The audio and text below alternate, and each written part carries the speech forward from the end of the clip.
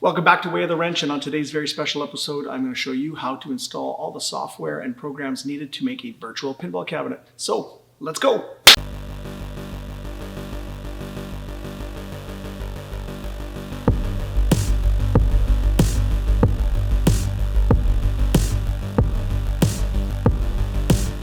All right, so first thing first, before we show you how to get the software installed, I need to give some credit where credit is due. None of this would be possible at all if it wasn't for the hundreds of people involved in the virtual pinball community that has been going on for roughly 20 years.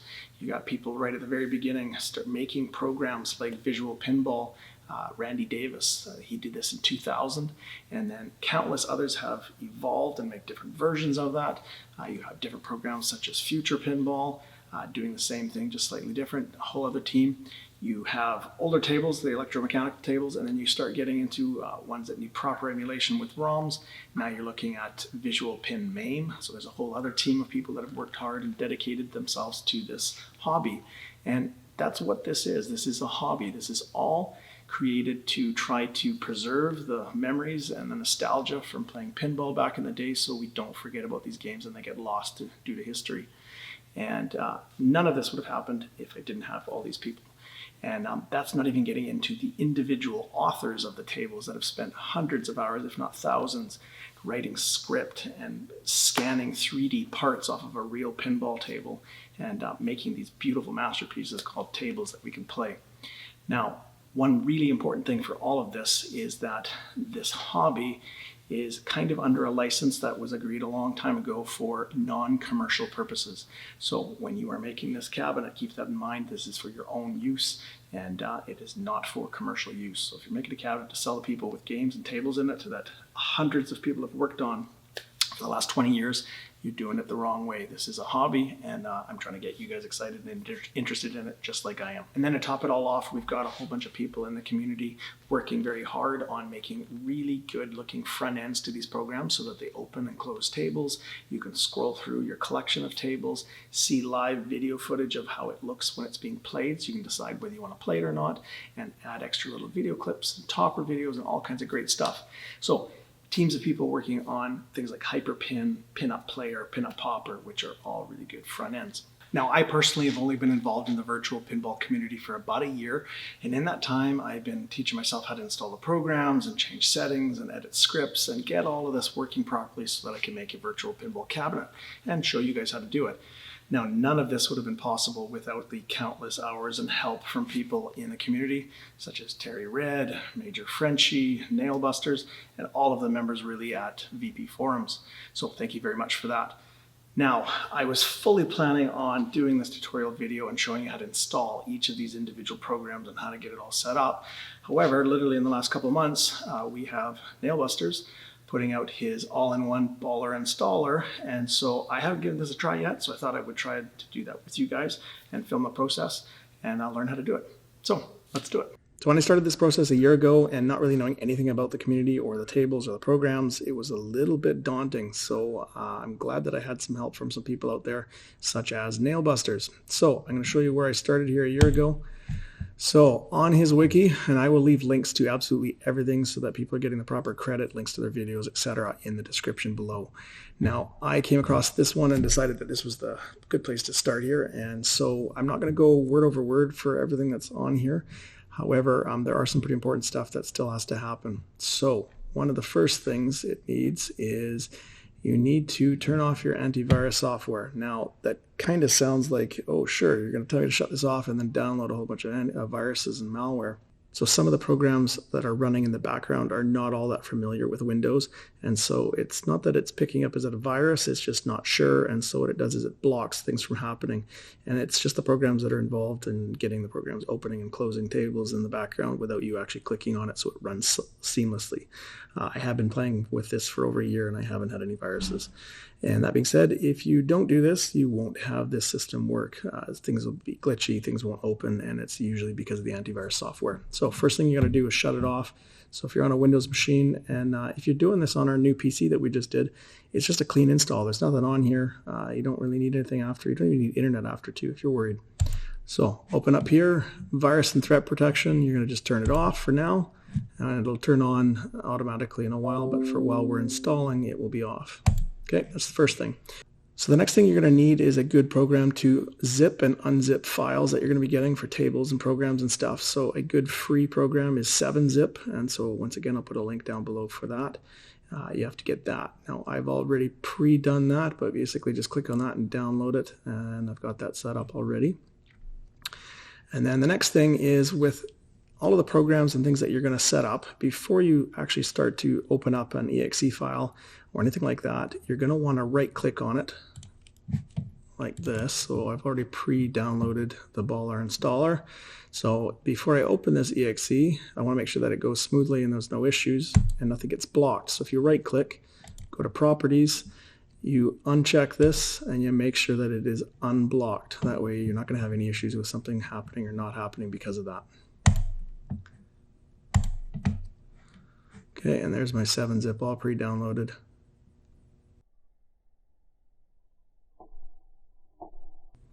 Decide where it goes, press install. It's a very simple setup. Just make sure you have the right 64-bit one.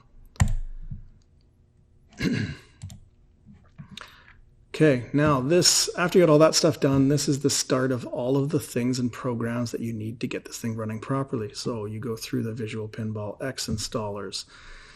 You go through the BS2 server programs and all the settings that you have to go through. And then you've got the DMD EXT, aka Freezy. If you're going to be doing any kind of feedback, you're going to need DOF. I haven't done that yet. That's going to be for a future upgrade for this budget build. So all of that stuff needs to be done beforehand, but what I'm going to show you with the Baller installer apparently does all that at once, so that'll be good. Now, next thing, he's saying that you need to have all your screens set to 100%. So if we go to our desktop here, right click on there and go to display settings. When you look at it, you need to make sure that your main playfield monitor is this monitor here. Now, the numbers don't matter or the order doesn't matter as long as this is your main playfield. And then they're suggesting that this one should be your back glass and then this one will be your DMD. So if you're not sure which is which, just press identity and you'll see a number in the corner flash up and that'll give you a hint. When I click here to identify it, you can see that 3 is my main playfield here. So that's there where it's supposed to be. And I've actually got number 1 is my back glass. So to change that, you just left click and hold and drag it and change the order. Now the other thing that they want you to have is make sure that nothing is above where your main playfield is. So this is my DMD screen. So it's got to be under this line here. I'm not sure why it's not fully flush. I can't actually get it to go flush, and I think it's because this DMD screen, it's an older monitor, it's got a slightly different resolution. But as long as it's not above, that should be good. So one more click, identify. So I've got everything set up that way. Perfect. Now, one thing I didn't mention, and I believe that the all-in-one Baller installer wants you to have your 3 monitors or your 2 monitors, whatever you're going to run with, hooked up during the process so that you can actually select the monitors and change the settings to what it displays and then how it displays. So you may want to have your monitors ahead of time, and that way you can actually test this all out before you actually build your cabinet in case something doesn't work for it. Okay, so the next thing you need to do is also make sure that all of your monitors are set up in landscape or basically just normal mode, not portrait. First thing I kind of thought when I was doing this setup that you might actually need to have your display for your playfield screen turned to portrait mode because that's what it would be like when you're playing pinball. However, for pinup, player, and popper, they want you to have it set up in landscape. So you just leave it like normal.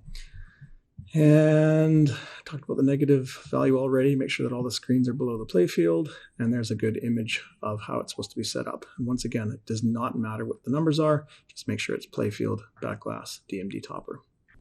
At this point, it's now more setting up and pinup, popper, etc.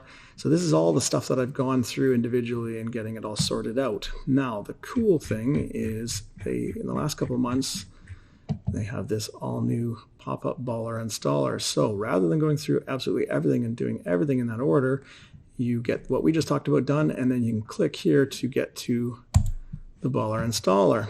Now, there's a bunch of stuff here, and this is a list of all of the things that it is going to install and configure for you automatically, including, it looks like 2 2, 1. Leprechaun King is one table and back glass and DMD for that. So we can actually see this working. And it's going to install VPX and Future Pinball and VPin MAME and all these things that we need to get this working, and pretty seamlessly, hopefully.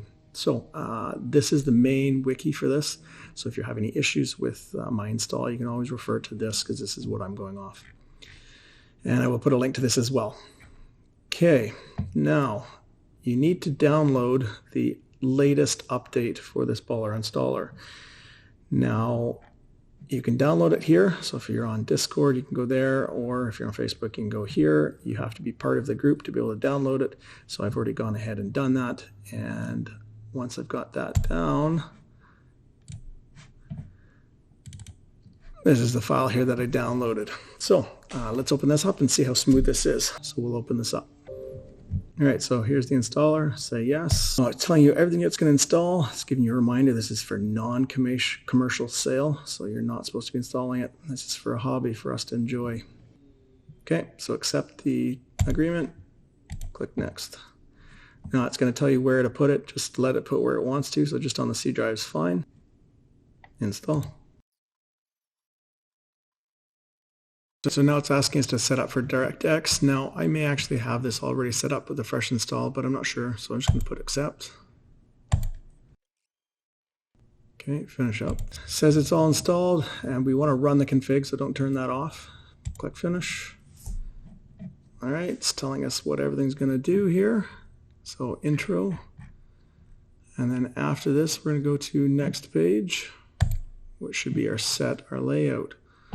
So this is what you're setting, what kind of screen and what setup you want. So first of all, playfield resolution, I want 1080p. Now I haven't really decided what I'm going to do fully here. I am going to be doing a DMD separate display. I just haven't decided if it's only going to be what the score size is for the DMD, or if I'm actually doing a full DMD where it has kind of like partial of the screen here can be little videos and things like that. So for this video, I'm just going to do this. If I decide to change my mind, you can go into the pinup popper setup and just change this anyway. So I'm going to go with this one here, which is layout C. Okay, apply layout. Okay, nice. They're telling us literally what we got to do about the playfields. So we have done that. And we made sure that all our displays were set to 100% as well. So next page. All right, so config install. So let's test display layout. Okay, all monitors seem correct. Install apps.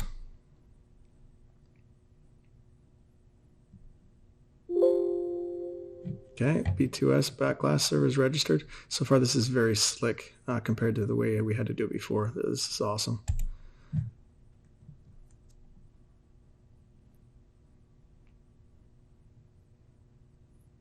Okay, there we go. It's opening up Future Pinball, closing it, and it's registered it.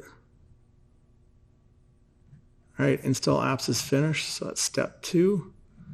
So click on Setup Display Positions, and then right here is you select the screen that pinup player is going to use, and so this big 46-inch TV is my playfield.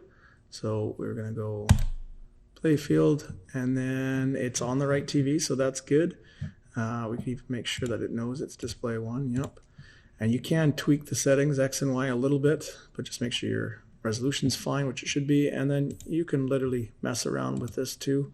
Make sure that it's expanded to where it needs to be. All right, so that's our playfield, so that's looking okay. And then so let's go to save settings, just in case it won't remember that. And then let's go to backglass, which is on the wrong one. So we want that to be display 2. No, it's going to be display 3. So we've got display 3 over here, and same thing. You can see it's where is it? Full screen. That's already full screen, and that's backglass, so that's good. So we'll save that. And then our full DMD is display 2, which is the little guy over here. And if I go over there, same thing, it's already full screen. So that's good. Okay, so those are all what we want. So we'll save that. And I can't remember if I didn't save for the third one there, but we'll just click on that. Okay, perfect. That looks good. Okay, and then last thing we have to do is apply display settings. So, starting update, ended. Step 4 is all done. Enjoy. Awesome. Okay, next step, it says DMD page down here. This is going to be if you have a real DMD, which I do not have, but if you do, these are the settings that you're going to have to change. Just follow the instructions here. But for me, I already know that when you get the DMD up there, you're going to be able to just modify it and move it to the size on the screen. But this is if you have a real DMD. So that should be good.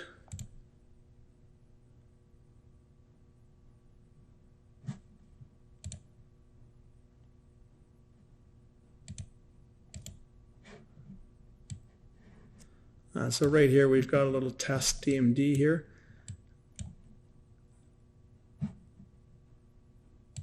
And you can literally drag the corner and stretch it and put it to whatever you want. So when you decide how big you want your DMD screen in your back glass cutout, then you can basically just change that shape to it. And you can see I can fit it over on my screen here. And then if I wanted it, let's say the size of the screen, you can just left click and drag and position it where you want, and then just drag and stretch. And then when you're all done, you can basically save it. But for now, I'm just going to leave it like this. Now there is a box here that says show full DMD, which is what I selected. And show back glass. Cool. There's just some test kind of back glass settings. Now this back glass has a spot for this DMD, so you could literally drag it and fit it so that it fits that box. If you were doing a 2-screen setup, something like that, take your time and make it actually what you want. All right, next page. All right, this says it's all done, so let's try this out. Close.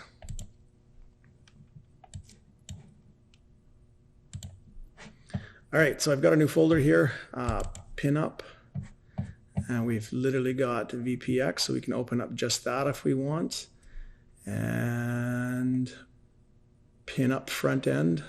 Let's see if this is it. We've also got Future Pinball to open up them as well.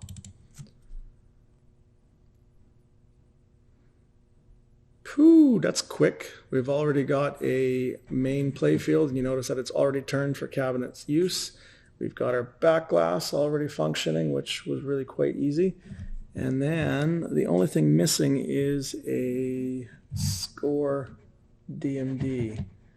Now, I'm not sure if this table is supposed to have that or not. So there you can see Leprechaun King is there. And awesome. We've got another table in here free as well, Retro Flare BAM Edition, which I actually haven't tried yet, so I'm kind of stoked to try this.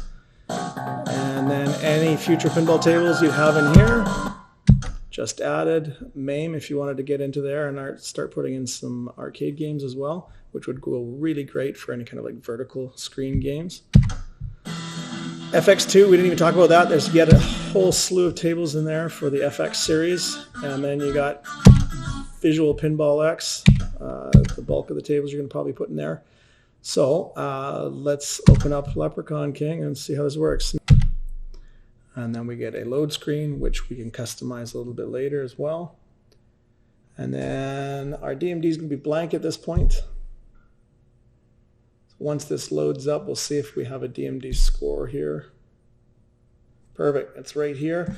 Now, if this is not in the right spot, before you start playing with the mouse and keyboard still, you can left click and grab the DMD, and you actually position it wherever you want. So if it's not fully right where you're cutting out the hole for your DMD on your cabinet, you can position it where you want, and then at the corner here, you can literally drag and stretch so that it fits whatever you have for your cutout.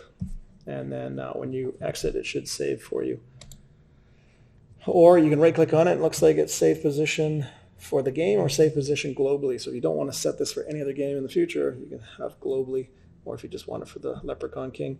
I'd recommend you do it for per game because some of the games are quite different. Okay, save position. So that's saved.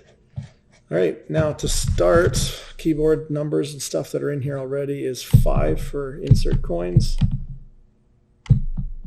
and 1 to play.